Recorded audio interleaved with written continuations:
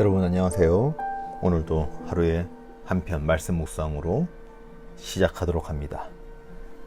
자, 이제 사순절이 끝나갑니다. 이제 다 끝나가고 이제 다음 주부터 다음 주일날 돌아오는 주일은 종려주일이라고 합니다.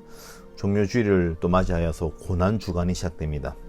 고난주간만큼은 여러분들 인스타그램, 페이스북, 유튜브 또 다양한 여러가지 매개체들을 잠시 멈춰주시고 예수님의 십자가의 사랑으로 이 땅의 인류의 죄를 대신하여 십자가에 달려 죽으시는 그 예수님을 생각하시면서 하루하루 일주일을 보내주셨으면 좋겠습니다. 또한 고난주간 특별 새벽기도회가 있습니다. 새벽기도 한 번, 두 번, 세 번 나와서 아침 새벽마다 십자가의 그 사랑을 기억하면서 하루하루를 또 보내시는 우리 모든 중고등부 공동체가 되었으면 좋겠습니다. 하실 수 있죠? 새벽기도 특세. 혹시라도 못 나오시면은 어쩔 수 없고요. 나오시면은 목사님이 또 혹시 압니까? 목사님이 또 국밥이나 맥모닝이 또 사줄지요. 또 특별히 원하는 친구에게는 목사님이 학교까지 집까지 태워주는 또 그런 일들을 또 할 수 있지 않을까 조심스럽게. 자, 오늘은 하나님 말씀 보겠습니다. 누가복음 22장 1절에서 6절까지 말씀 볼게요. 6월절이라 하는 무교절이 다가오매 대제사장들과 서기관들이 예수를 무슨 방도로 죽일까 궁리하니 이는 그들이 백성을 두려워함이었더라. 12 중에 하나인 가룟이라는 부르는 유다에게 사탄이 들어가니 이 유다가 대제사장들과 성전 경비 대장들에게 가서 예수를 넘겨줄 방도를 의논하며 그들이 기뻐하여 돈을 주기로 언약하는지라. 유다가 허락하고 예수를 무리가 없을 때 넘겨줄 기회를 찾더라. 아멘. 여러분, 가룟 유다에 대해서 여러분 알고 계시죠? 가룟 유다는 예수님의 참 제자로서 12사도 중 하나로서 찬양을 부르는 자로 유명합니다. 여호와를 찬양하는 자가 바로 그 유다의 의미이고요.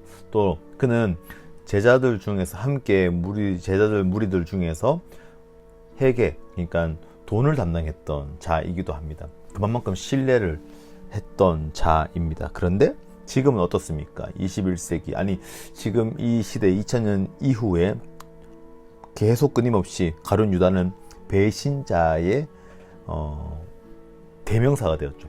배반의 대명사가 되었습니다. 오늘 그 유다에 대한 이야기를 잠깐 나눠보고자 합니다. 예수님 곁에 있던 12제자 중 하나인 유다. 그 유다는요, 예수님과 함께 많은 기적을 경험했고요, 보았습니다. 그리고 하나님의 말씀, 예수님의 말씀을 들으면서 하나님의 나라와 사역을 같이 했던 사람 중에 한 제자였습니다. 하지만 오늘 본문 성경에는요, 놀라운 충격적인 이야기로 시작이 됩니다. 3절에 보면 12 가운데 하나인 유다에게 사탄이 들어갔다라고 되어 있어요. 그 마음속에 사탄이 들어갔다. 그리고 그는 바로 예수님을 팔아먹기로 마음을 먹게 됩니다. 대제사장들과 은밀히 만나 돈을 받고 예수님을 넘겨주기로 하는 거죠. 어떻게 이런 일이 일어날 수가 있을까요? 어떻게요? 정말 말도 안 되는 일이 일어납니다. 왜 유다는 예수님을 배반했을까요? 혹시 이런 경험이 여러분들에게 있습니까? 가장 친하다고 생각했던 친구가 갑자기 나를 멀리하거나 내 비밀을 다른 사람에게 말해버린 적이 있습니까? 그때 느끼는 배신감은요, 말로 다 할 수 없을 만큼 쓰라리고 아픕니다. 예수님도 그런 아픔을 겪으신 거예요. 게다가 그 배신이 은밀한 욕심과 사탄의 유혹 속에서 일어난 일이라는 것을 우리는 다시 한 번 더 주목해 보아야 합니다. 한 중학생이 있었습니다. 처음 교회에 왔을 때는 눈이 반짝반짝 했고요. 예배 시간마다 앞줄에 앉아 있었어요. 기도도 열심히 했고요. 성경 퀴즈도 1등을 했던 친구입니다. 그런데 시간이 지나면서 친구들과의 비교, 그리고 시험, 스트레스, 하고 싶은 것들 사이에서 예수님보다 내가 하고 싶은 게 더 중요하다라는 마음이 점점 커지는 거예요.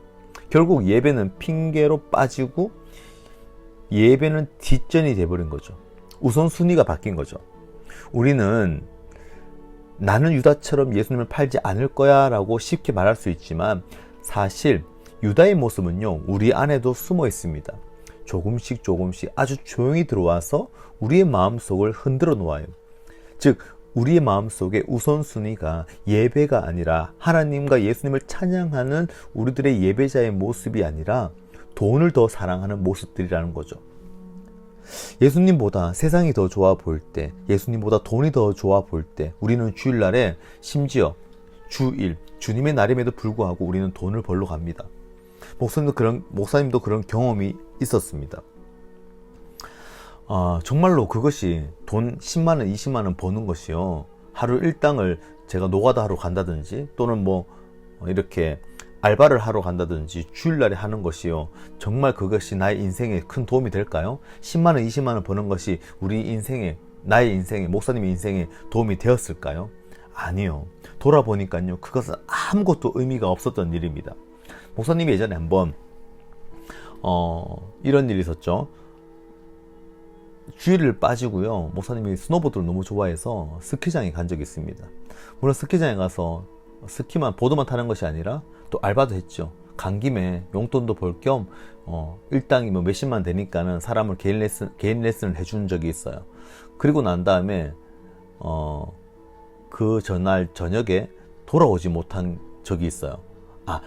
그 돌아오지 못한 이유가요, 눈이 폭설이 와서 관광버스에서 갇혀진 7번 국도라는 도로가 있었는데, 그 울진하고 이쪽에 동해 쪽 바다 쪽에 도로예요. 그게 막혀서 열몇 시간 동안 갇혀 있은 적이 있었습니다.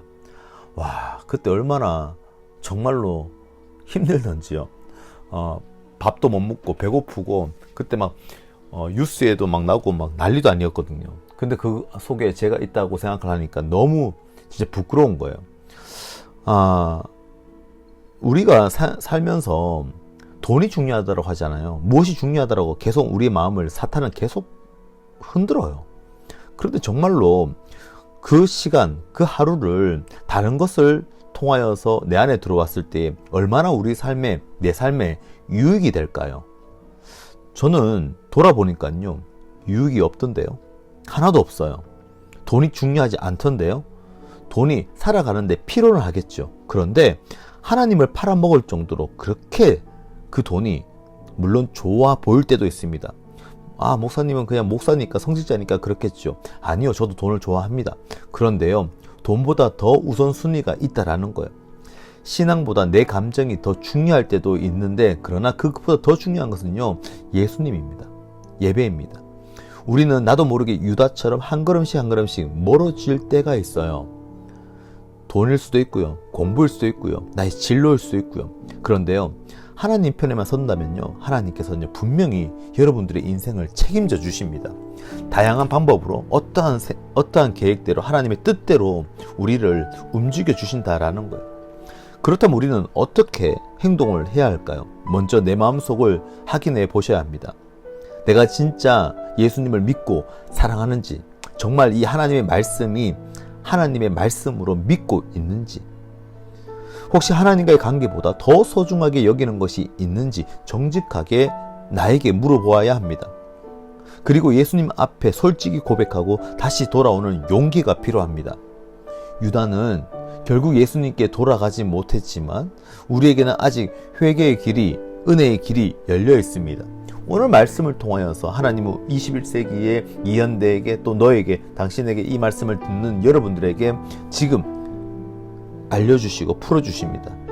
내가 유다처럼 예수님보다 더 중요하게 여기는 것은 무엇인가?